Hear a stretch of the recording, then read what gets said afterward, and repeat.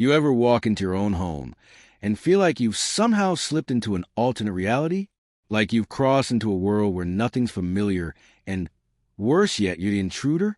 That's exactly what hit me that one Friday afternoon. I just spent a week away, trying to unwind from the nonstop grind, and all I wanted was 2 weeks of peace. I drove 4 hours out of Chicago to my Lakeside cabin, just craving some stillness, fresh coffee on the porch, maybe cast a line into the lake. But instead of calm, I opened the door and found myself face to face with something out of a twisted dream. There was a stranger standing right in the heart of my living room, decorating the place like she was auditioning for an HGTV spotlight. Throws draped over the armchairs, candles I'd never bought flickering in corners, and my furniture completely rearranged like my existence had been scrubbed from the place. And the kicker? She had her phone in hand, actively listed my cabin online as a lakefront Zen sanctuary for $450 a night. Before I could even muster a, "What the hell is going on?" she looked at me cool as a cucumber, tapped a number on her phone, and called 911. Told them there was a trespasser. Me, in my own house. It was more than just being violated. It felt like my life was being rewritten right in front of me, and somehow I was being cast as a villain in my own story. Name's Dylan Cooper. I'm 34. I renovate cabins for a living, and I've been saving for years to buy that little retreat by Pine Lake. And in all my life, I had never felt so blindsided, so utterly disoriented, as I did standing there while a woman treated my home like a stage for her scam. She didn't even blink when I confronted her, just smiled, oozing familiarity and fake charm. "Oh, Dylan," she said like we were old friends. "You're back early. I've just been optimizing your cabin for you." The gall of this woman was unreal. She carried herself like a corporate executive on vacation. Sun hat, white button-up shirt, and that smug expression people wear when they assume the world should thank them for showing up. Her name was Karen Mitchell, and she wasn't just some overbearing neighbor. No, she claimed to be the president of the Pine Lake Community Homeowners Association. "I've been working on maximizing the potential of your property while you've been away," she said, practically beaming. Then she actually had the audacity to show me her phone, swiping through booking confirmations like it was some kind of business pitch. High-resolution photos of my cabin. Photos I didn't take, paired with glowing fake reviews and a made-up backstory about luxury and wilderness harmony. I was speechless. This wasn't some misunderstanding. It was organized, deliberate, a full-blown con job. I tried to hold my composure and told her in no uncertain terms, "This is my house. You have no right to be here, let alone rent out to strangers." She chuckled, actually chuckled. "You obviously haven't read the community bylaws," she said, like she was enlightening a confused child. "When a property sits unused, the HOA can optimize it for the benefit of the neighborhood." The way she said it, so smooth, so certain, I almost second-guessed myself. Maybe there was some clause I'd missed, some fine print buried deep in the paperwork. But no, I'd read every word before I bought the place. There was no HOA, no bylaws, no communal anything. Karen was bluffing, playing a part in an elaborate scam. And then she took it up a notch. Calm as ever, she looked me straight in the eye and dialed 911 again, telling the dispatcher she was concerned about a trespasser, that the HOA was managing the property, and she feared things could escalate.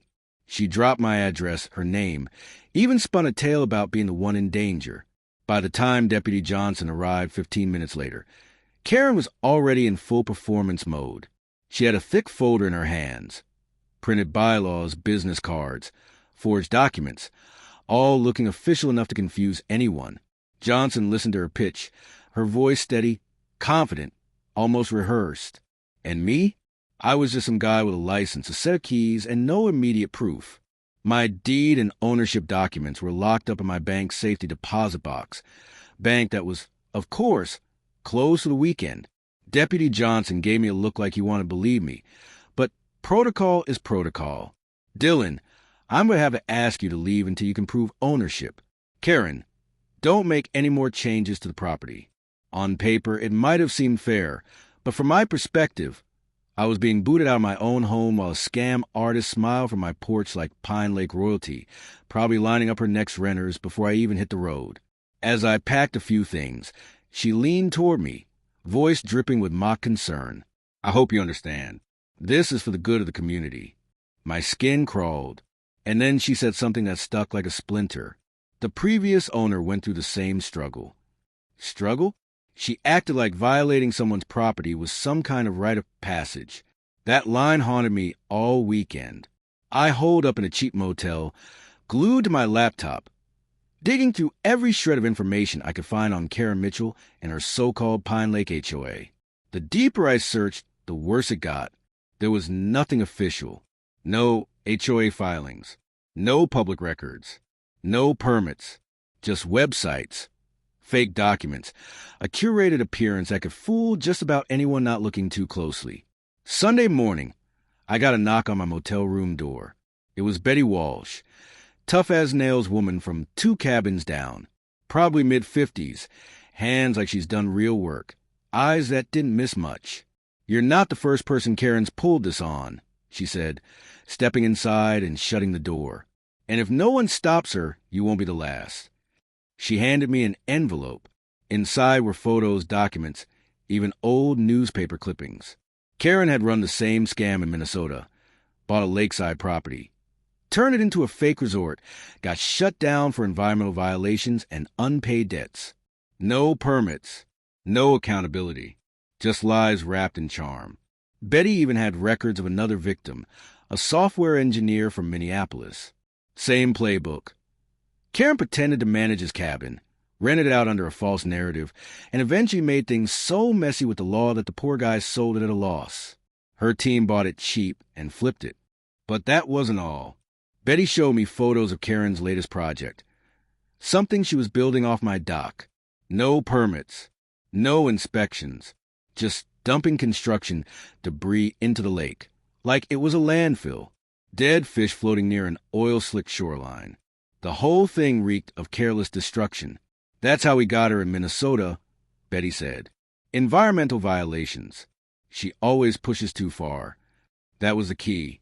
Sunday night, I put my plan into motion. I called Karen Monday morning, pretended to be interested in working together. Told her I had design expertise, offered to help maximize the property. She was cautious at first, but like always, greed wins. She invited me back. So I returned to my own home playing the role of eager business partner.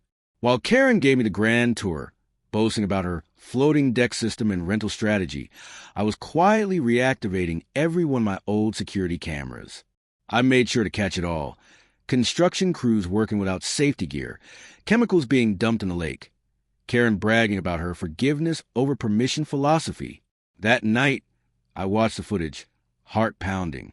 One of her guests had pulled out my dad's old field journal, was using it as a dam coaster. That was the breaking point. This wasn't just about a house anymore. It was about legacy, memory, blood, sweat, and roots. I spent the next few days smiling in Karen's face while collecting everything. Footage, conversations, documents. Even caught her on tape describing how she planned to flip the cabin, and a few others to a group of investors for millions. Only those investors? Total fakes. Her own team in suits playing roles, creating buzz. By Friday, the stage was set. Karen hosted a big event. White linens, champagne, fake investors giving speeches about sustainability. While behind her, the lake was literally dying.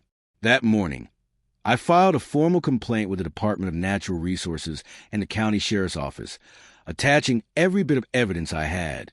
Even sent a personal tip to Deputy Johnson. Then I sat on my porch, binoculars in hand, and waited. Mid-ceremony, a boat came gliding across the lake. State environmental officers on board. The second Karen saw them, her smile cracked. They stepped off, cameras out, test kits ready. Within minutes, the whole operation started unraveling. Water samples, photos, open containers of chemicals, dead fish. Nothing she could say made a dent. Her fake investors slipped away quietly. Deputy Johnson pulled up not long after. This time, I had everything, deed, IDs, legal papers, security footage.